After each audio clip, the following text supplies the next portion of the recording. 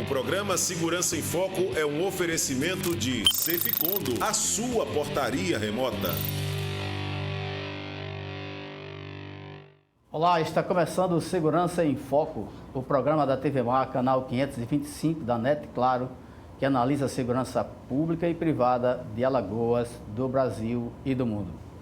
O tema da nossa conversa de hoje será sobre o desarmamento no Brasil. E os nossos convidados são o advogado criminalista Dr. Leonardo Moraes, ele é secretário-geral da OAB Seccional Alagoas, e o tenente da Polícia Militar de Alagoas, Murilo Magalhães, ele é instrutor de armamento e tiro, defensor do direito de uso de armas de fogo. Com eles, iremos abordar o plebiscito de 2005, em que 64% dos brasileiros se posicionaram votando contra o desarmamento, proporção nunca vista em eleições nacionais, até mesmo para presidente da República, né, que é a eleição nacional. Ou seja, nem FHC, nem Lula, nem Dilma, nem Bolsonaro conseguiram tamanha proporção de votos. Também vamos analisar alguns postulados sobre a posse e o porte de armas de fogo no Brasil e no mundo. Os nossos convidados já estão aqui no estúdio e você não saia daí porque o Segurança em Foco já está no ar.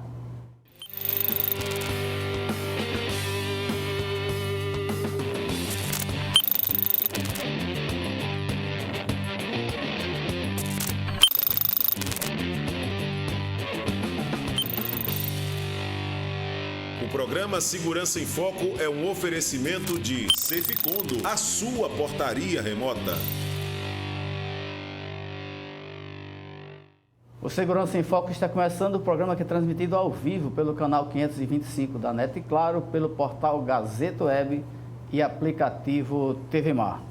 Hoje temos as presenças honrosas do advogado criminalista Dr. Leonardo Moraes, secretário-geral da OAB Seccional Alagoas, e do tenente da Polícia Militar de Alagoas, Murilo Magalhães, instrutor de armamento e tiro, defensor do uso de armas de fogo. Com eles, iremos abordar o plebiscito de 2005, em que 64% dos brasileiros se posicionaram votando contra o desarmamento, seus aspectos legais e também mitos e ou verdades sobre a posse e o porte de armas de fogo no Brasil e no mundo. Bom dia, doutor Leonardo. É um prazer tê-lo de volta ao Segurança em Foco. Doutor Flávio, bom dia, né? Queria agradecer mais uma vez a oportunidade de estar aqui, né? Para mim sempre um convite, é quase uma honra. Né? Também, tenente, pela oportunidade de debater um tema que é tão importante aqui para nós aqui, alagoanos e brasileiros. Bom dia, tenente Magalhães, profundo conhecedor da área. É uma honra recebê-lo aqui no Segurança em Foco. Ainda aprendendo, né? É uma área aí que é muito extensa, mas aos poucos a gente vai melhorando. Agradecer o convite, como o colega falou aqui, um tema extremamente importante, né? E que está em alta agora, né? Com o atual governo. E muito bom ter essa oportunidade de debater, né? De demonstrar aqui nossas ideias. Então vamos lá. Doutor Leonardo, vamos inicialmente falar sobre o plebiscito de 2005.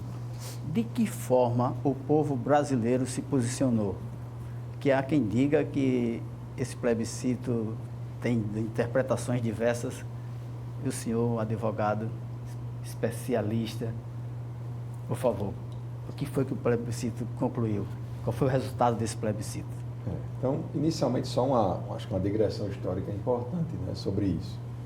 Havia muito desejo do Brasil de estabelecer um estatuto, né, um código, em que houvesse um conjunto de normas que tratasse especialmente sobre a questão das armas, a aquisição das armas, o porte, a criminalização, a liberação das armas e assim por diante.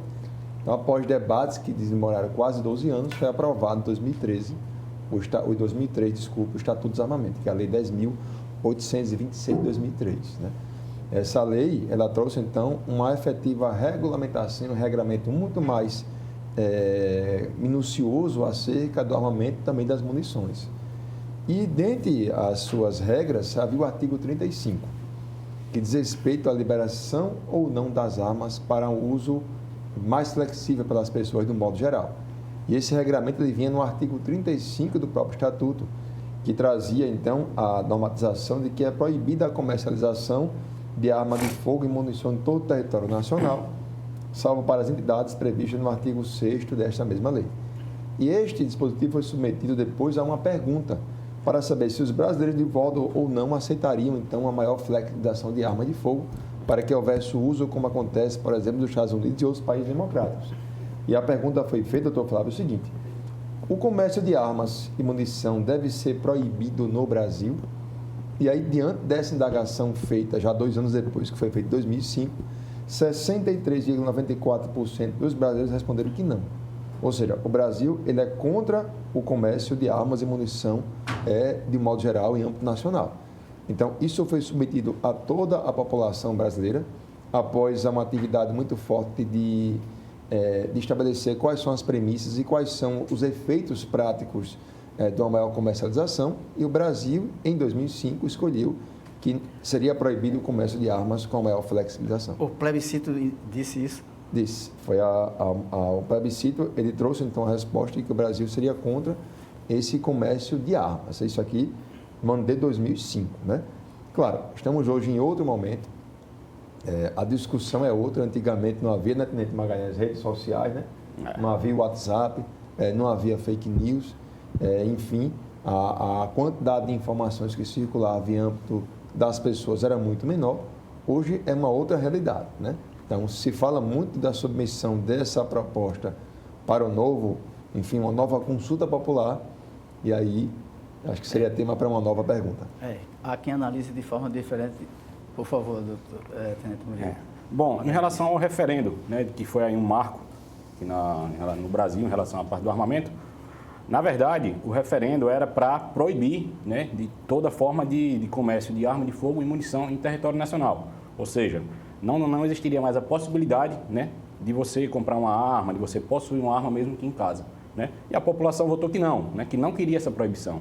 Ela queria ter o direito, né, não necessariamente ele vá comprar a arma, mas ela quer ter a possibilidade, né? Hoje, eu posso não precisar de uma arma, né, mas eu não sei daqui para frente, né, mais para frente pode ser que eu necessite disso, né? E a população escolheu que não, né, que não quer a proibição, ela quer ter esse direito, né? Um direito que, infelizmente, apesar de ter sido mantido, né, a possibilidade nunca deixou de existir, na prática ficou inviável para a maioria das pessoas, né, porque se tornou um processo muito caro, né, e aí você limita, né, você regula a aquisição, não por um aspecto mais técnico, mas muitas vezes pela questão financeira, né? Muitas vezes um indivíduo que tem uma renda mais baixa, ele não tem como comprar uma arma, né? Hoje, até com a popularização, você vê um pessoal conseguindo adquirir, mas você não gasta menos de R$5.000 para comprar uma arma de fogo hoje. Mas me parece que são duas interpretações antagônicas, né? O doutor Leonardo afirma que o plebiscito, o povo brasileiro foi contra a comercialização das armas. Não, ele foi contra uma maior flexibilização da quantidade de armamentos. O comércio de armas ele é permitido, desde que satisfaça as condições que a lei estabelece. Então, não é contra o comércio de armas, é contra uma maior flexibilização para uma abertura maior, né, de compra e venda de armas em estabelecimentos comerciais, supermercados e assim por diante, né? Ninguém é contra o comércio de armas, isso que fique claro. O que existe é um maior regramento e uma maior restrição para as pessoas que possam adquirir armas, como, por exemplo, forças públicas e pessoas que demonstrem efetiva necessidade. Qual era o quadro no Brasil até o plebiscito? Bom, em relação às armas, a posse ou porte, né? Vamos puxar um pouco mais para trás. Até 97, né, o porte de arma não era nenhum crime. A verdade era essa. Ele era mais uma contravenção, né? O que acontecia era, se você fosse pego armado sem o porte, você tinha a arma recolhida, né? Você perdia a arma, mas não ia preso. Era equivalente mais ou menos a você andar com uma faca nos dias de hoje, né? Dependendo da situação. Depois de 2003, principalmente, né, o Brasil sempre teve políticas de desarmamento, né? Desde Getúlio Vargas, né, que foi quem começou isso. Mas a FHC já veio com regulação muito pesada, né? Demonizando as armas. E em 2003... ocorreu essa questão, esse advento aí do Estatuto do Desarmamento, né, que posteriormente, em 2005, foi referendado, né, que o referendo, só um ponto, ele não era para flexibilizar, era especificamente isso, para proibir o comércio de armas de fogo no Brasil, né? Ou seja, até aquele momento você poderia adquirir, né? Tinha uma legislação ali, mas caso o sim vencesse, né? Que era a proibição, não teria mais essa possibilidade de você adquirir uma arma de fogo, né? E a população votou pelo não, né? Votou pela manutenção desse direito, ainda que ela não necessariamente vá adquirir. Ainda com restrições. Com restrições, não, mas lógico. A comercialização estaria... A possibilidade existe. Se o resultado fosse o contrário, o sim... Proibição total. Loja não comercial teria... de arma de fogo... Loja comercial, as armas seriam, aí sim seriam uma coisa exclusiva para o Estado, né? A força seria exclusiva do Estado nesse sentido. Polícias, exército, enfim, o cidadão comum não teria a possibilidade de adquirir uma arma de fogo. Então, doutor Leonardo, nessa nossa discussão, está claro que existe assim, uma distorção interpretativa sobre o resultado do plebiscito? Houve uma distorção. Até a pergunta, né, sobre o plebiscito é importante, porque inicialmente houve uma possibilidade de haver um referendo, que depois modificou-se para um plebiscito. Mas a forma da pergunta, ela era uma pergunta negativa, né? Onde quem gostaria que o comércio de armas fosse realizado responderia não. Não. Né? Então, há uma questão interpretativa muito importante em que deveria ser a pergunta feita de forma afirmativa. Você é a favor ou contra o comércio de armas? Sim, sou a favor. Né? Não sou a favor. Né? Então, deveria ser isso. Então, houve realmente uma dúvida interpretativa que deu ensejo aí a muitas justificativas e explicações, mas muitas pessoas, inclusive eu lembro aqui de reportagem, estava até pesquisando, diz que responderam o sim, quando na verdade queriam dizer o não, né? E também vice-versa. Então, houve somente acho que a forma da pergunta ela trouxe alguma dúvida para algumas pessoas. Porque as pesquisas indicavam, né? Todas as pesquisas aí indicavam que 80%... 32% da população é contra o comércio de armas, né? E o resultado surpreendeu a mesma proporção, né? Que repercussão teve essa decisão nas vendas de armas no Brasil? Bom, em relação à época, né? Na época do plebiscito. Lojas de arma de fogo eram até comuns, né? Quem aqui de Maceió, acho que lembra ali da Couto 45, que tinha no Hiper, né? Ali do lado da Abis, né? É uma loja bem... Inclusive, eu pequeno ia para lá, minha mãe ia fazer compras, eu ia para a loja olhar as armas, eu sempre fui fascinado. Pode ver que depois, de 2005 para cá, a maioria das lojas fechou, né? Apesar de continuar sendo permitido a aquisição da arma de fogo, ficou inviável, né? Aí virou caça e pesca. Não, aí algumas lojas sobreviveram, né? Algumas lojas aí se manteram, mas a grande maioria fechou. Né? Eu não vou ter números aqui de cabeça, né? Mas pesquisando a gente pode ver isso. O pescal saiu do ramo? Muita loja saiu do ramo de armas, algumas voltaram depois, mas muitas saíram do ramo das armas, né? Porque terminou que não compensava mais, né? A burocracia muito grande, preços muito elevados e você tinha uma margem muito pequena, né? Um público muito pequeno, né? Aí de lá para cá, depois de um tempo deu uma estabilizada, né? O pessoal viu que, mesmo difícil, ainda valia a pena ter uma arma de fogo, né? No fim das contas, a questão da defesa, o pessoal conta muito, né? E mesmo com a burocracia, ainda tinham muitas lojas que sobreviveram, né? Algumas voltaram ao ramo, né? Outras sobreviveram desde lá. E mais atualmente, né? Principalmente aqui de 2015 para cá, 2013, vem tendo um aumento, né? no número, na procura, né? Por armas de fogo. Principalmente o advento da internet e das redes sociais, facilitou muito o acesso à informação que muita gente até hoje acha que não pode. Arma é uma coisa para a polícia, né? Não civil ele pode adquirir, né? A arma de fogo. Vamos falar sobre o Estatuto de Desarmamento, doutor Leonardo? Vamos definir o que é posse, o que é porte e as penas aplicadas, né? Que o senhor, advogado criminalista, o senhor está no dia a dia para explicar aí aos nossos telespectadores. Pronto. O Estatuto de Desarmamento, que é 2013, né? 10.826, 2003, ela traz então os crimes, né? Dentre eles tem o posse e a porte. Há sempre uma dúvida, né? Sobre a conceituação desses crimes. O artigo 12 da própria lei, ela estabelece, então, o crime de posse irregular de arma de fogo, conhecido como posse ilegal de arma de fogo. E a posse ela acontece quando alguém, sem autorização da legislação ou decreto ou qualquer tipo de regulamento, ela tem uma arma dentro de sua casa. Né? É o crime do artigo 12, que está naquele estatuto, que traz uma pena que pode ser de 1 a 3 anos mais a aplicação da multa. Então, quem tem irregularmente arma de fogo, munição ou artefato dentro de casa, ou seja, intramuros, responderá pelo crime, portanto, de posse irregular de arma de fogo. E a lei também trouxe aqui no próprio artigo 14 Já o crime de porte ilegal de arma de fogo de uso permitido, que é aquele em que a pessoa, sem autorização legal ou regulamentar, teria extramuros, ou seja, fora de casa, portanto, uma arma, artefato ou então munição. Então, se eu tenho uma arma na minha casa de forma irregular, responderá pelo crime de posse irregular de arma de fogo.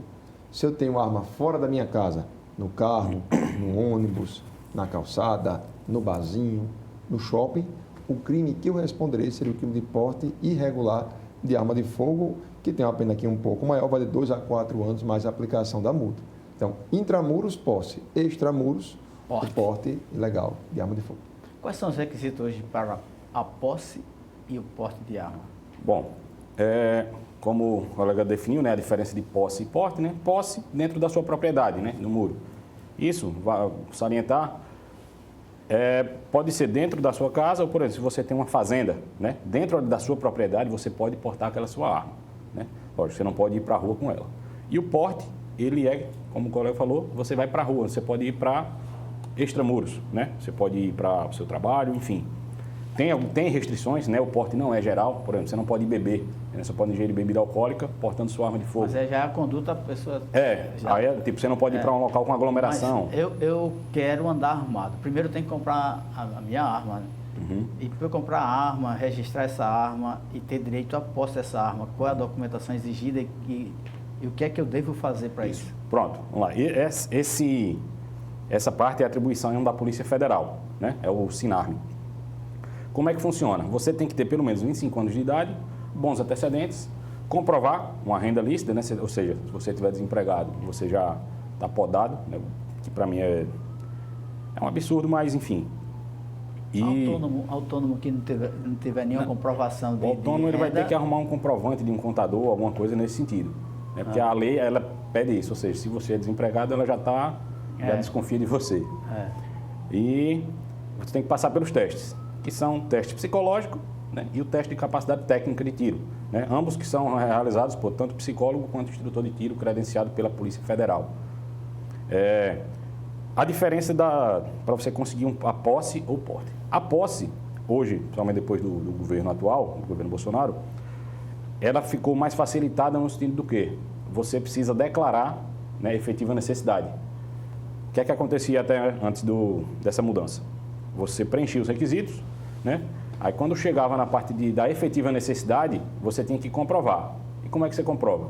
Apresenta ao delegado. Se o delegado achasse que aquela justificativa não acho que justifica, né? Não acho que você morar em um bairro violento justifique, né? Ele negava a posse, né? Sua possibilidade de comprar arma para ter em casa. Hoje não. Hoje, se você apresenta uma efetiva necessidade, você fala, eu quero uma arma porque quero me defender, né? O bairro que eu moro é violento, enfim. E criou-se um critério que, se eu não me engano... objetivo, né? Não tem mais objetivo, a discricionalidade do... O governo Bolsonaro, uma das mudanças que ele fez nesse sentido foi essa. Cidades que tenham, ou estados que tenham índice de morte acima de 10 mortes por 100 mil habitantes, já é um requisito, já cumpre esse requisito. Ou seja, se você mora praticamente em qualquer lugar do Brasil, esse requisito já está automaticamente preenchido. E a posse é relativamente tranquila, né? O teste de tiro é um pouco mais simples, né? E a autorização, preencher os requisitos, ok. O porte, pela Polícia Federal, né, ele já é um pouco mais complicado. Discricionário. Ainda cabe a discricionariedade. Ou seja, a regra ainda é negar, né? Você tem que ter uma fundamentação muito boa e mesmo assim ainda cai no crivo do delegado. Né? Mas é possível, é difícil, mas é possível. Tem uma proporção maior do que 90% de negativa? Eu creio que mais. É mais. Mais que isso. Eu não tenho números precisos. A concessão é exceção, né? Isso para o porte, né? A posse... ok, mas o porte... critério objetivo, aí não passa pela discricionalidade do delegado. Você é a favor dessa flexibilização e uma flexibilização da posse da arma? Critérios objetivos não se discute, você tem a sua arma. Só na questão da comprovação da necessidade, acho que ela é muito importante, né? Até para a gente chegar e ter uma abertura muito forte. E a gente sabe que, do ponto de vista prático, as pesquisas empíricas mostram que acontece com a maior quantidade de armas, né? Existem argumentos que são favoráveis à maior flexibilização da aquisição de armas do porte, né? E também que são contra, né? Eu pontuei aqui alguns que eu havia achado, né, nas minhas pesquisas. Isso fala muito aqui que as pessoas têm direito de defesa, né, para defender a sua vida, da sua família e também do seu patrimônio. São argumentos favoráveis.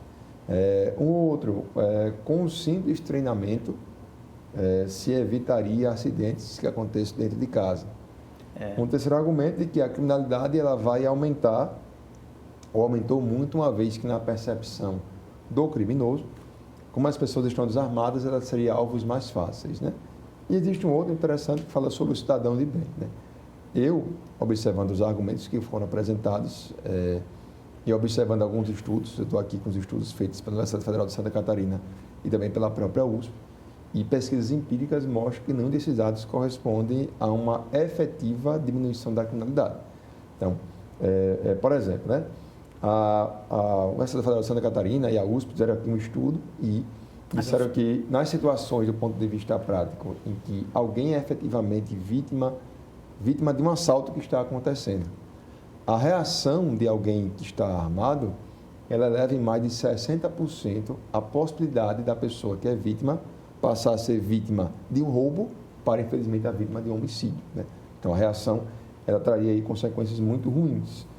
Há um outro aspecto também, que o fato da pessoa ter arma para a defesa da sua família e também do seu patrimônio não representa nenhum tipo de garantia. Da mesma forma que alguém é um criminoso, sabendo que na casa de alguém existe uma família vulnerável e sem arma de fogo, ele pode se sentir estimulado a invadir a casa de alguém.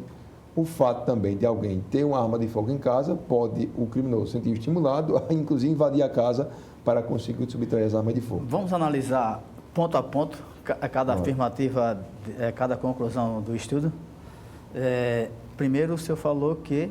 Não, o primeiro dado que ele fala diz respeito a um dos requisitos, dos critérios, que é reação aos assaltos, como você tem uma arma de fogo para defesa própria. Certo. Então, houve... Primeiro esse argumento, né, que a defesa, direito de defesa em relação a uma ação feita por alguém contra você, no caso concreto, você está armado. Alguém estando armado, ele potencializa o risco do criminoso transformar a pessoa que era vítima de roubo para uma vítima de homicídio, ou seja, o risco de disparo é muito grande. Houve um estudo também que envolve a própria psicologia, que ela diz que do ponto de vista psicológico de alguém que se encontra em um momento de tensão, um movimento um pouco mais brusco, ele pode representar, sim, um risco maior. Claro que não é matemática fechada. Existem vários vídeos que eu vi na televisão de que pessoas que eram vítimas de assalto estavam armadas e a arma de fogo foi que fez com que aquele assalto não se concretizasse.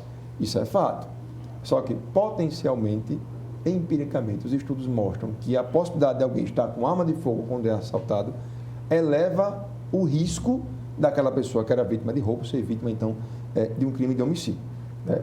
Esse é um ponto. Ou seja, as armas não representariam, no caso concreto, uma garantia do não assalto. Vamos fazer o contraponto com o Tenente Magalhães.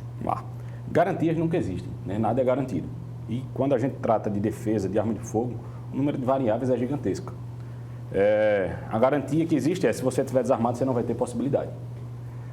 Muito se fala, mas o ladrão ele vai surpreender, você não vai ter tempo.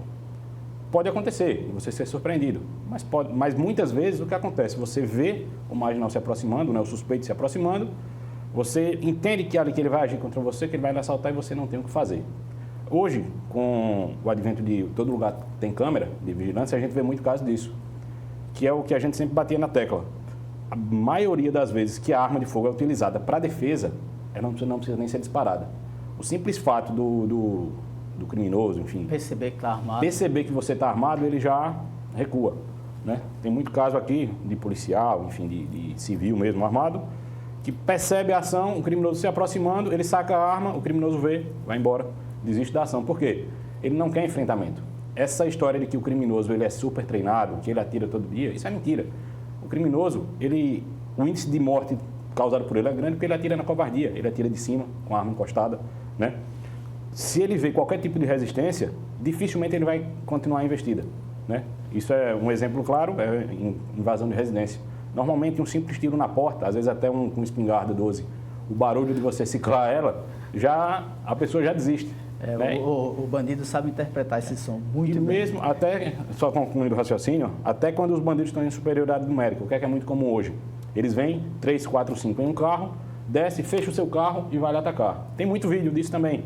O carro fecha, os criminosos fecham outro carro, quando percebe que está vindo tiro de lá, desistem. E todos armados. Uma mulher desceu do carro e fez isso. Mulher. Ela reagiu sozinha. Uma outra segurança de um prefeito, salvo engano, reagiu e assim, com sucesso. Tem muito caso. O que me surpreendeu, doutor Leonardo, talvez até mudando um pouco, foi aquele latrocínio do neto do Luciano do Vale, que um menor foi lá e matou, né? E a advogada, ao defender o menor, disse, mas ele era muito grande e ele reagiu como legitimando a defesa do menor infrator. Mas aí enfim, uma manifestação completamente infeliz, né? Eu acho que nem ela mesma falou isso aí, ela concorda com o que ela mesma disse. Mas perceba, só essa questão da covardia ou não, né? Para mim é uma técnica, né? Eu vou abordar alguém, mesmo sendo algo completamente reprovável, ninguém estava passando a mão na cabeça de ninguém, não é isso. Então, a discussão aqui, do ponto de vista da eficácia social, não, né? Ninguém que está armado tem um porte ostensivo. Quando eu falo assim, ostensivo, tirando as forças públicas, ninguém está aqui com arma, enfim, aqui na calça jeans, bem na frente, ou que a pessoa veja de longe que a pessoa está armada. Então, normalmente a pessoa, quando vai cometer um assalto, ela pega alguém de surpresa, pega de costas, alguém desprevenido, chega rapidamente. O policial sabe, o policial de rua sabe quando a pessoa está armada. Mas olha, falta a experiência essa é uma diferença, né? Uma diferença. O policial realmente tem treinamento. Às vezes até pelo andar, até marca de eu com arma de fogo, eu não teria esse treinamento todo que tem um policial que está acostumado, né? Enfim, com esse tipo de combate e abordagem. As forças públicas, ninguém discute, tem que ser porte ostensivo, inclusive depois da reserva. O policial que está na rua, que conhece. Isso é importante que esteja, né? Mas, do ponto de vista das pessoas, de um modo geral, a surpresa é o elemento fundamental para que isso aconteça. E você sendo de surpresa, quem está pegando você de surpresa vai estar à sua frente. Certamente, se for observar a questão dos percentuais, o número de reações a quem cometeu um assalto, evitando o assalto, ele é menor do que aquelas pessoas que foram efetivamente alvejadas. Acho que o risco, isso é uma comprovação empírica, ele é muito maior. Até pelo fato seguinte, se eu reajo e eu fui bem sucedido, eu não quero esperar o resultado. Né? Agora, quem reage e foi mal sucedido, o resultado está lá. Eu me lembro de um caso que aconteceu há muitos anos, né? De havia um festejo em que havia uma pessoa que eu conhecia lá, ele se envolveu numa briga muito forte, né, com outras pessoas.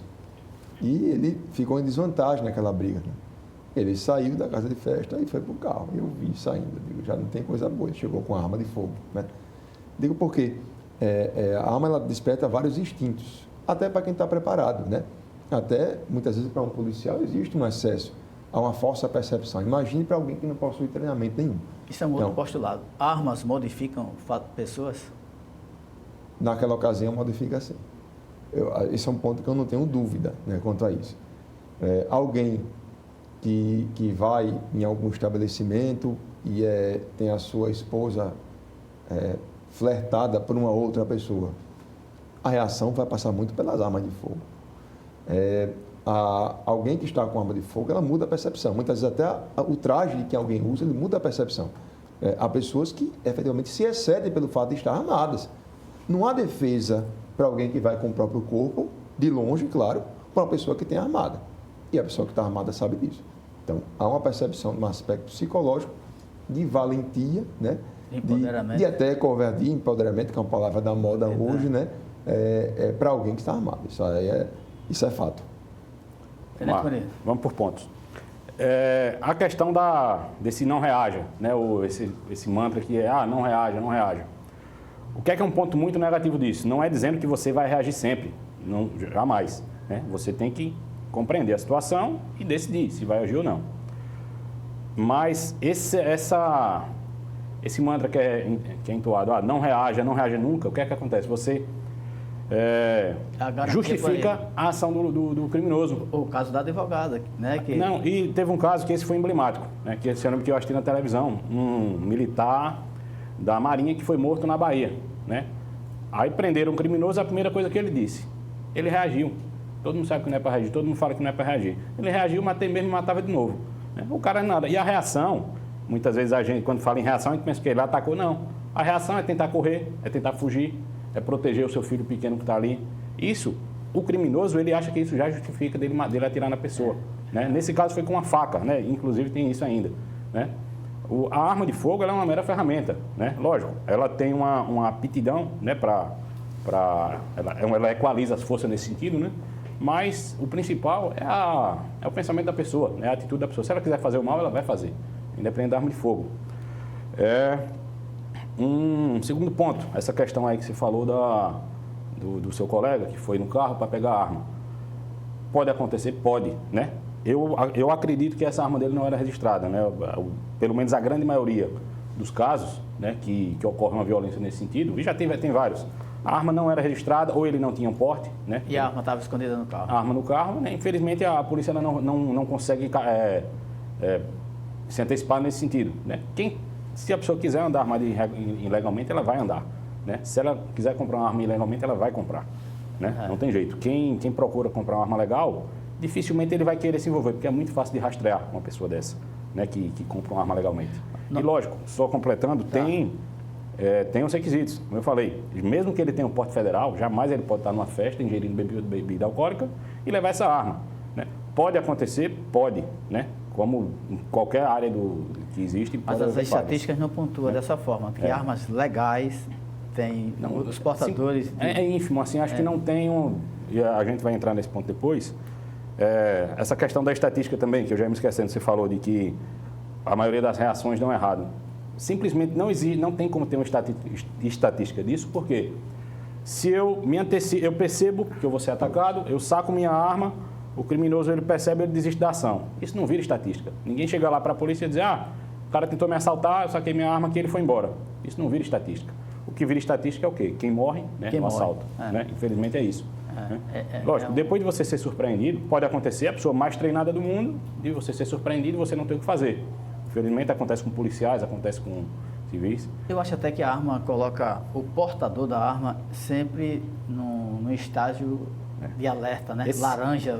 Esse é um ponto que eu sempre falo para os meus alunos, né, que vêm me procurar buscando porte de arma. Eu falo, o porte de arma é um caminho sem volta. Né? Eu sempre gostei de arma desde pequeno. Quando entrei para a polícia, passei a portar arma diariamente, né? E eu mudei muitas coisas da minha vida. Né? Eu não ando em certos ambientes, né? Eu não ando em bar, né? Que eu sei que vai ter bebedeira, mesmo que eu não vá beber. Eu posso ir para uma coisa rápida e tal, mas um ambiente que eu sei que pode gerar uma confusão, eu não vou armado, mesmo que eu não vá beber. Porque a chance de eu me encontrar em uma situação dessas, né, que eu preciso sacar minha arma, né, num ambiente desse, é complicado. E não vai ganhar a compreensão de ninguém. E outra coisa, a partir do momento que você anda armado, quem toma essa decisão de forma séria, você muda totalmente a sua percepção, né, e você tem que mudar. Né, você passa a ver as coisas de um jeito diferente. Né? Nunca mais você vai sentar de costa para a rua, a gente sempre fala isso, né? Sem preocupação de nada. Né? Você começa a observar muito mais. Né? Você fica num estado de alerta. Nós muito enxergamos maior. Coisas que... Tem um aspecto importante dos analistas que trabalham muito com segurança pública. Muitos, né? São formados em outra ciência, alguns policiais e também ex-policiais. Ele fala que sempre no momento de uma abordagem, os movimentos lentos e alertados são essenciais para que não registre risco a si mesmo. Então, se alguém está com um assalto, você está aqui, sai do carro, eu vou tirar o cinto. Né? Se você fizer movimentos bruscos, o risco ele aumenta e muito. Isso é importante. Então, quando você faz movimentos mais lentos, isso serve para que não desperte no criminoso o gatilho para ele chegar até você quando está em risco. Então, o elemento surpresa, ele é fundamental. E o fato do criminoso estar muito mais garantido, muito mais tranquilo e não ser pego de surpresa é fundamental. Então, o pressuposto básico para a prática de um assalto à mão armada é que a surpresa venha acontecer. A grandiosa exceção são pessoas que conseguem perceber. Então, os policiais, eles são treinados para isso, estão sempre em alerta. Até porque eles realizam muitas abordagens, né? O policiamento ostensivo mostra isso. Pessoas que eles prenderam podem ter sido colocadas em liberdade. Um policial civil que investigou também pode estar, enfim, na rua e alguém, enfim, a pessoa que foi presa em flagrante está em liberdade tenha reconhecido. Então, tudo isso é fato. Mas perceba que essa questão de ter o elemento de surpresa, ele é fundamental. Ninguém vai perceber antecipadamente todos os assaltos que acontecem. Né? Porque desculpa. Porque essa questão do elemento de surpresa, ele é muito importante. E aí teve só por fim, né, até uma declaração do próprio presidente Magalhães que eu concordo. De você, mesmo tendo porte de arma e algum local que ingere bebida alcoólica, você é armado, é um perigo. Até porque, indo armado, o risco ele pode acontecer pela situação de alerta frequente. Isso vem até, basicamente, até, na minha percepção, a concretizar ainda mais aquilo que eu disse. Quem está armado, em festejos, e as pessoas bebem, aí perdem mais ou menos o controle. Há uma certa situação de que o alerta pode aumentar a percepção do perigo ela pode mudar e a pessoa levar, então, uma reação sem que houvesse uma ação correspondente. Veja só, vamos São Paulo, né? Você tem, parece que 80 mil policiais na ativa e 30 mil inativos. São 110 mil, se não me engano. 110 mil é mais, deve ser mais, né? São Paulo. É mais. Esse pessoal está na rua armado. Quantas ocorrências existem envolvendo policiais militares que estavam num baile, atirou, enfim, é muito pequena. A estatística, lógico que você pode direcionar a estatística para resultados que interessem, né? Santa Catarina, por exemplo, é dos 6 estados mais armados do Brasil. E também é dos 6 estados que menos têm violência. E essa coisa dessa pesquisa sobre sobre a reação, eu gostaria muito de estudar isso, doutor Leonardo.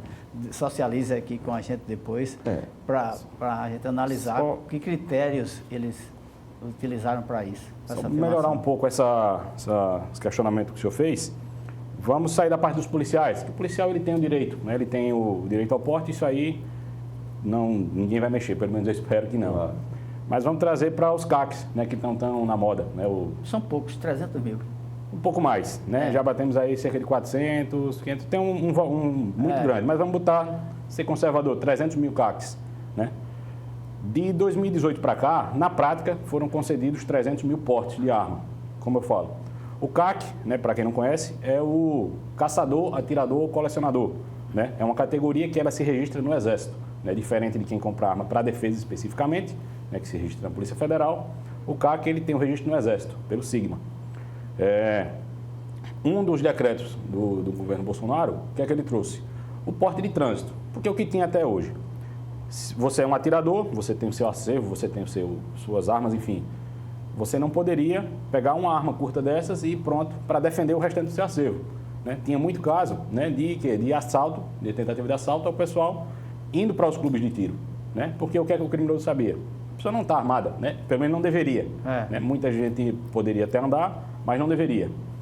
O que é um absurdo. Né? Como é que você vai andar com 3, 4, 5 armas no carro e não pode ter uma para defesa imediata, né? Caso alguém tente tomar? Armar o bandido. Né? De forma fácil. Né? O que é que se tem agora? O porte de trânsito. O CAC, ele pode ir de casa para o clube, né? Não precisa necessariamente ser uma linha reta, ele pode parar em algum lugar, enfim, até porque se a gente pensar, tem atiradores que moram a 150, 200, 300 quilômetros do clube que ele frequenta. Né? Ele pode portar nesse período, ele pode parar para almoçar, né? Enfim, tem uma série de minúcias, né, nessa situação, com a arma, em condições. O que é que tem na prática? De lá para cá, 300 mil portes, né? 300 mil civis. Quantas ocorrências? Nenhuma. Né? O que teve de ocorrência é algum CAC que eventualmente possa ter saído ali da rota, né? Que antes se falava em rota, né? Hoje não se fala mais. 10 ocorrências. Em 300 mil. O que significa isso, né? Aí quando a gente compara com as armas ilegais, né? Não é substancial, né? Não tem impacto. Mas né? há quem diga que essa condição de colecionador, caçador e atirador trata-se de um porte dissimulado, um porte de arma dissimulado. Nada que esteja regulamentado não pode ser aperfeiçoado, né? A questão do porte de trânsito, de você carregar suas armas, você tem uma arma para proteger as armas que você carrega, também é um absurdo. Isso é um avanço, né?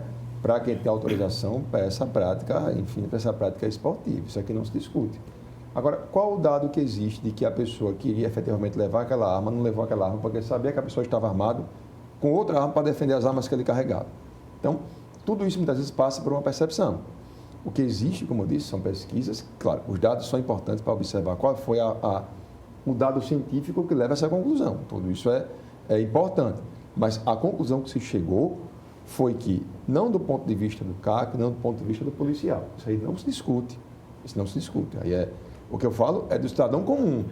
Né? São as pessoas que estão aqui na rua agora. Mas o CAC ele é um cidadão comum. Ele não tem um preparo específico. Mas ele passa por algum critério, existe algum tipo de vigilância em relação a ele. Mas sempre quem vai comprar arma, ele passa pelo critério. Né? Inclusive, o critério pela Polícia Federal é muito mais severo do que para o Exército. Né? Ele pede, é muito mais específico, vamos colocar assim. Mas o CAC, ele não tem um porte de arma. Aliás, o porte de arma para proteger as armas que ele está levando, não seria somente para o trânsito. Proteção ele não pode ir para locais públicos, como ninguém pode, né? Mas não pode, por exemplo, andar na praia com arma de fogo. Não. Então, é isso que eu estou dizendo. Então, não é basicamente o direito do CAC transportar a sua arma de fogo no trânsito. E nem discute isso o policial. Eu falo o cidadão comum que está com a sua arma de fogo sem trânsito algum. Né? Então, essa flexibilização pode trazer consequências que são muito ruins. Eu trouxe aqui o exemplo em relação ao assalto, mesmo sabendo que existem casos em que a pessoa com arma de fogo evitou que o assalto se concretizasse, mas estatisticamente o risco ele é extremamente potencializado para quem circula em via pública com arma de fogo. Uma pergunta para os dois. Qual o registro de assaltos em restaurantes em Maceió? De o criminoso entrar hoje num restaurante e render todo mundo? Não tem esse dado. Acho que até por ter mais pessoas o risco é maior. Não. Muitos já entravam. Aconteceu muito. Entravam, sabia que todo mundo estava desarmado. Entrava e fazia o rolê. Esse tema, inevitavelmente, a gente tem que buscar dados fora. Né? Brasil, infelizmente, ele ainda é muito raso nesse levantamento de dados, né? É muito falho. Mas a gente vou pegar Estados Unidos, que é uma vitrine para a questão de armas, né? Que é um país grande, né? Muito plural também, né? Não como o Brasil, mas muito plural. E o acesso às armas lá é uma coisa sagrada, né? Muito se tenta mexer, né? Inclusive, um ponto interessante, em relação aos Estados Unidos, todas as políticas de desarmamento começaram com querer proibir os negros de portar armas, né? A Ku Klux Klan surgiu nesse ambiente, né? Da proibição dos negros, da não possibilidade dos negros portarem armas. O que é que aconteceu nos Estados Unidos? Questão onde os locais onde o porte foi liberado, ou seja, você não precisa de autorização nenhuma do Estado. Se você não é um criminoso, né? Criminoso fichado, você tem o porte de arma. O que é que aconteceu em todos esses estados, né? Independente lá da realidade de cada um. Em todos eles, o crime que tinha o contato direto do criminoso com a vítima diminuiu. Por quê? Não é o criminoso saber que ele está armado, mas a possibilidade da vítima dele estar armada aumenta muito. O índice de estupros nesses estados diminuiu drasticamente, né? Porque estupro é um crime que, em geral, a maioria dos criminosos não usa arma, né? No máximo uma arma branca, né? Mas a maioria das vezes ele usa força para subjugar a mulher. E eu sempre falo, a arma é um equalizador de forças, né? Tem aquele ditado, né? Que Lincoln tornou os homens livres e Samuel Couto os igualou, né? Quando criou o revólver. Porque ele deixa em pé de igualdade uma mulher que pesa 50 quilos, né? E enfrentar um cara que pesa 80, que pesa 100 quilos, que pela força bruta ele subjugaria ela tranquilamente, né? Lógico, pode acontecer dela não conseguir? Pode, né? Nada é garantido. Mas a chance dela escapar, né, de um ataque desse é muito maior, né? Ela estando armada, ela tendo essa possibilidade. Vamos analisar aqui, doutor Leonardo, 2 vídeos, ô Max, por favor, relacionados à briga de trânsito. A gente vai ficar com o áudio aqui e a gente vai poder comentar? Ok. Então, vamos apresentar esses vídeos e para vocês analisarem sobre os 2 focos, né, do que é que a arma significa. Homem baleado aqui agora, pessoal. Baleado aqui agora, pessoal. Olha. Ave Maria. Discussão em trânsito, chamando de corno. O cara baleou mesmo o outro, velho. Foda, meu irmão. Pessoal, homem baleado aqui agora, pessoal. Isso aconteceu ontem, no centro de Maceió, próximo ao Shopping Popular. E me parece que o atirador seria um policial militar. Isso, uma briga de trânsito. Mas temos outro vídeo também, Max. Ocorrido na Rua das Árvores, em que um motorista de aplicativo foi assassinado por ambulantes.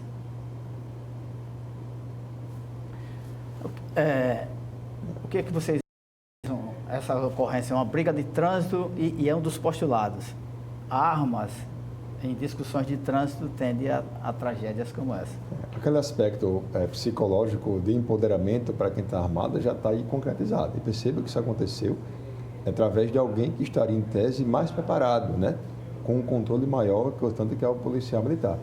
Eu acho que na discussão sobre estatística e reação, a gente esquece do elemento surpresa. O elemento surpresa ele é fundamental para a pessoa que vai cometer um assalto. Então, a reação ela vai potencializar, isso é fato. Eu respeito muito os argumentos feitos pelo Tenente Magalhães, mas há um aspecto que envolve essa igualização. Não há igualização.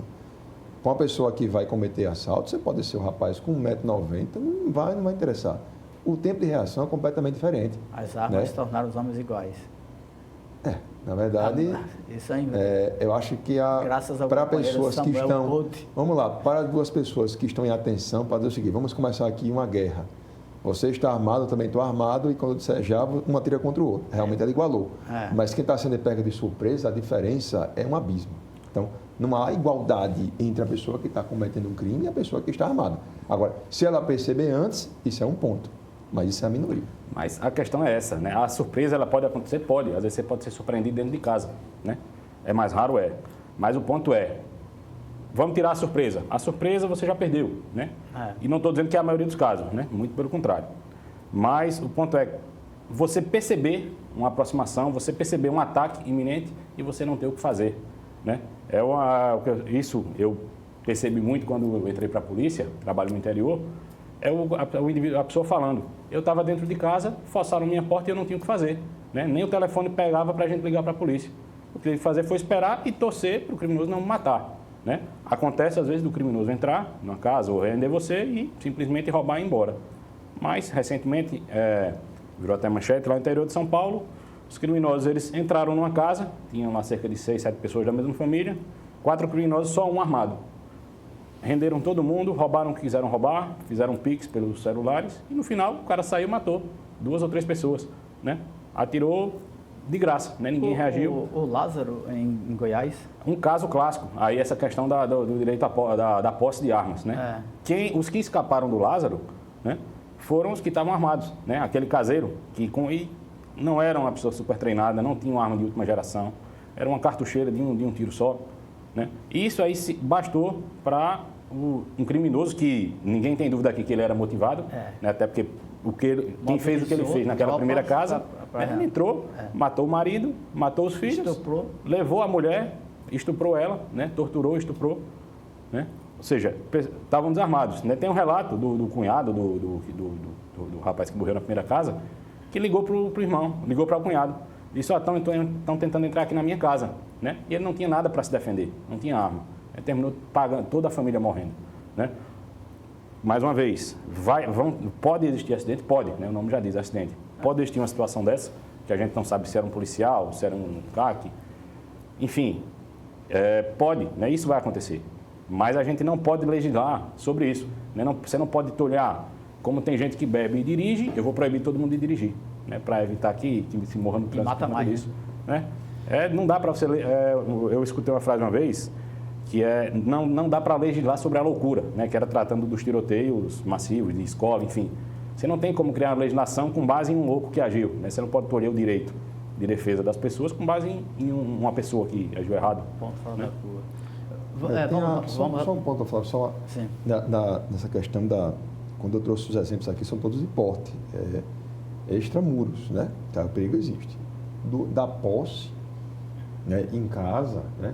Nesses casos em que alguém está com a sua família enfim, e chega alguém para lhe assaltar, a percepção é completamente diferente, né? Então, toda a crítica que eu faço é para o porte. Para a posse, as críticas são bem menores, mas, claro, com uma tendência muito forte de aceitação para se flexibilizar a posse, que é para quem tem arma dentro de casa, né? E só um ponto aqui interessante, que é a sociedade de risco, né? Dirigir um carro gera um risco à pessoa, né? Andar de avião, dirigir, pilotar um avião também gera um risco, mas é um risco que vale a pena, né? É um risco permitido. Esse é bastante calculado, né? Vamos observar o vídeo lá na Rua das Árvores, o motorista de aplicativo que teria atropelado um ambulante e houve a reação dos demais. E esse cidadão motorista veio a falecer. Aqui na Rua das Árvores.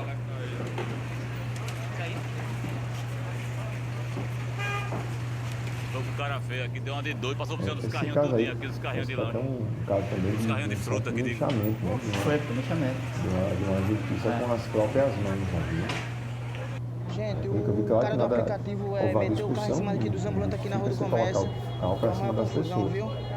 Mas a Meteu o carro reação por cima, quase que praticada mata o por povo um aqui. sem número de pessoas é completamente desproporcional. É sempre de chamar atenção quando tem tanta gente, né? E não existe uma voz capaz de peraí, né? Peraí, vamos parar um pouco, não precisa de tanto, né? Não precisa agredir, enfim. Na hora da raiva, a gente sabe que o instinto humano, ele é É o efeito ele é de muito bando, rápido. né? Você, omisso ali no bando, você faz coisas que... Eu sempre gosto de botar esse detalhe. Muita gente tem que falar, a polícia tem que matar mesmo, tem que... Eu falo, ó, se eu botar uma pessoa na sua frente aqui, esse cara que você disse que era para matar, você tem coragem de matar? Não, dificilmente a pessoa vai ter. Agora, bote ela com 10, 15 pessoas ali para linchar. Todo mundo vai bater, porque você está omisso ali naquele bando, né? E numa situação dessa, a única coisa que poderia ter salvado esse homem era ele estar armado, né, com arma de fogo. Ou ele conseguir sair do local, que pelo visto não conseguiu, ou ele está armado, né? Era a única forma, porque não tem... Quando a gente fala de força física, né, quando você bota 2, 3, 4 indivíduos ali, não tem muito o que você fazer, né? Ou você equaliza de alguma forma, e tem outro ponto, a pessoa fala, mas ia matar todo mundo? Não. Às vezes Não, o simples basta- fato dele sacar a arma e mostrar, onde dificilmente vai ter o primeiro que vai avançar, né? Dificilmente o primeiro vai avançar. Vamos para mais uns postulados para a gente discutir. As armas também maximizam a vitimização em conflitos em ambientação doméstica, em crimes passionais. A doutrina, né, enfim, a literatura e também os casos práticos, eles são aí um prato cheio, né, de situações de que a arma em casa, elas são bem sucedidas na defesa das pessoas contra assaltos, mas há casos também que elas geram um acidente muito forte em casa, né. Estava vindo, inclusive, teve um caso no interior de São Paulo, de que o pai ele tinha arma em casa e a criança sabia onde estava a arma do pai, e ela pegou a arma para brincar. E acabou nessa brincadeira matando o outro coleguinha, né? O outro amiguinho. Então, assim, são casos que acontecem, né? Há uma percepção do direito de defesa do patrimônio da sua família para a posse de arma dentro de casa. Agora, o risco existe. Agora, por mais que o risco exista em relação à criança, etc., é claro que o pai foi negligente e vai responder por homicídio culposo por conta dessa inação, dessa falta de cuidado, mas dentro de casa, o posse de arma, eu já tenho uma percepção completamente distinta em relação ao porte. O senhor é um exemplo disso, né? O senhor conviveu, o senhor desde criança convive com armas e teve uma educação para isso. Desde pequeno, Que eu sempre gostei disso, desde que eu me entendo por gente, né? Sendo bem sincero. Desde que eu me lembro de alguma coisa, eu lembro que eu gosto de arma, né? E não por nada, né? Algumas pessoas na minha família tinham, mas não ostentavam, eles simplesmente tinham, né? E eu vim saber depois. Com 10 anos, a partir dos 10, 11 anos, eu comecei a ter um contato mais direto por conta, comecei a andar muito no sítio da família, né? Zona rural, você sem uma arma, você está morto. A verdade é essa, né? Ali é você que vai garantir sua defesa. Comecei a ter um contato mais direto com seja armas de caça, né? Armas de defesa também. E uma coisa que eu trouxe para mim, né? Que faltou um pouco para mim, né? Graças a Deus nunca aconteceu nada. Mas faltou um detalhamento, foi na questão de explicar o que era aquilo. A curiosidade, né? Curiosidade. Criança é muito curiosa, né? O principal erro nessa questão dos acidentes é a pessoa querer esconder a arma da criança. Não satisfazer a curiosidade. A criança, não acha que você vai ter uma arma em casa e a criança não vai saber, ela vai saber. Eu falo isso por mim, né? Eu lembro que quando eu sabia que tinha arma no lugar, eu ia logo olhar. Eu fiz Podia isso até com não meus mexer. filhos. Eu levei meus filhos para atirar. É a coisa mais comum. Eu falo, eu tenho um filho de 3 anos. O meu filho de 3 anos, ele sabe que é uma armada, ele sabe que é uma arma. Às vezes ele pergunta, pai, vai levar o revólver? Né? Quando eu estou saindo de casa. Porque eu faço questão de que isso seja uma coisa natural. Porque a minha casa sempre vai ter armas, né? Eu não tenho apenas uma, tenho várias, né? Lógico, com segurança, né? As armas que não são de uso constante ficam guardadas, trancadas, mas as armas de defesa ficam mais prontas para uso. Né? Então eu não posso querer esconder do meu filho, né? E isso começa desde pequeno. Então a conclusão é educação, Educação. Precaução. Ô Max, dá para quantos minutos temos mais? Nós teríamos aqui mais outros vários mitos e ou verdades sobre o desarmamento, mas o tempo passou muito rápido. E nós temos mais 2 minutos, senão ainda temos muito tempo. 5 minutos para as considerações finais, para o senhor argumentando essa sua visão. Vamos dividir aí com o mesmo tempo para o Tenente Magalhães. O debate ele sempre é importante, né, porque ele esclarece as diferentes visões de mundo. Né? Cresce muito quando a gente ouve pessoas que pensam diferentemente da gente. Um debate sempre respeitoso. Eu sempre falo para os meus amigos, advogados, que a gente sempre, quando faz evento, tem que chamar um membro do Ministério Público, um policial, para a gente ver outra visão, né? Enfim, criar novos argumentos, se convencer, né? Enfim, debater que é sempre saudável, né? Então, existem visões diferentes de mundo aqui, um a favor de uma maior flexibilização e outro contra, né? Eu estabeleci como critério, primeira coisa, a diferença do porte e o posse de arma.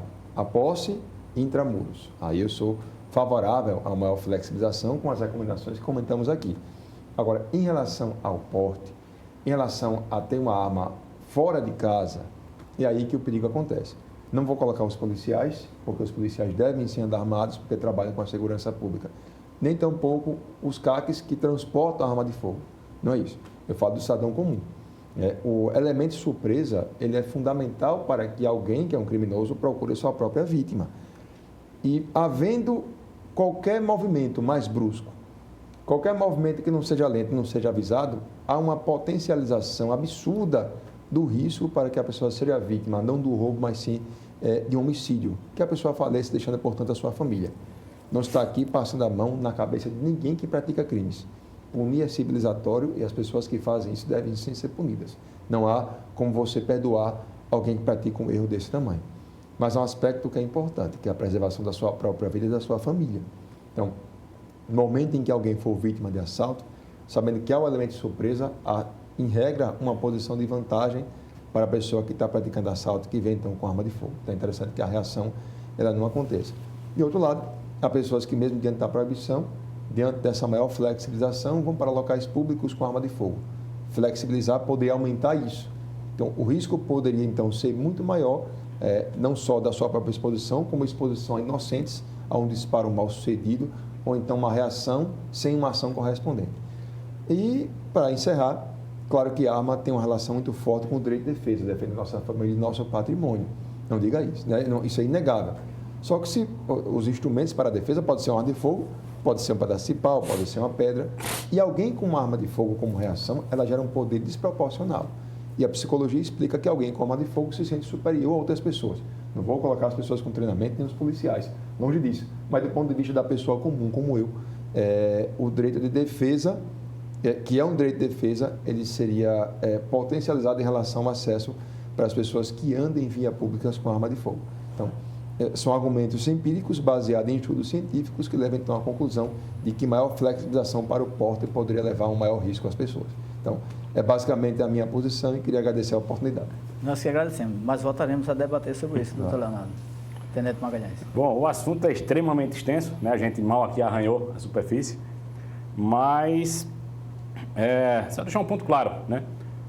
A arma, né? Ela tem muito mito envolvendo a arma, né, em relação à segurança, mas a gente tem que pensar o seguinte: a arma, como eu falei, só que sempre reforço isso, é um equalizador de forças, né? Não é que você vai ser obrigado a utilizar, mas você que se sente capaz, né?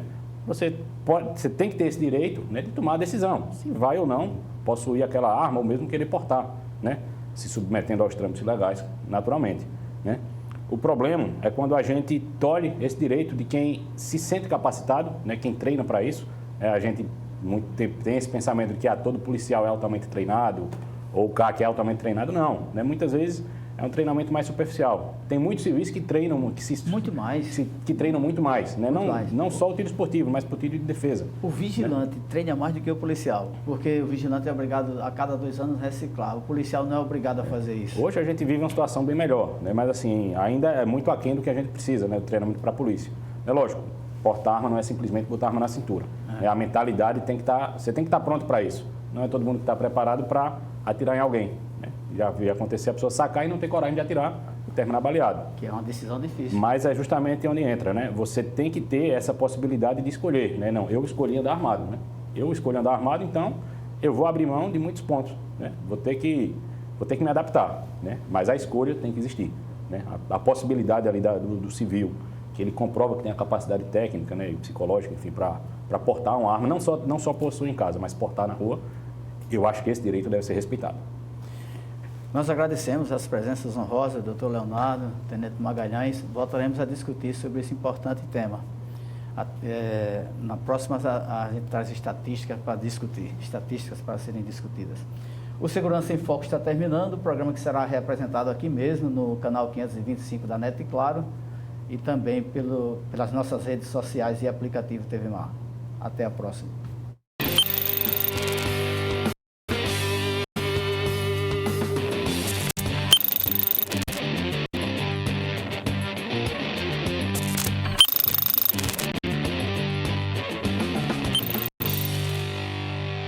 O programa Segurança em Foco é um oferecimento de Ceficondo, a sua portaria remota.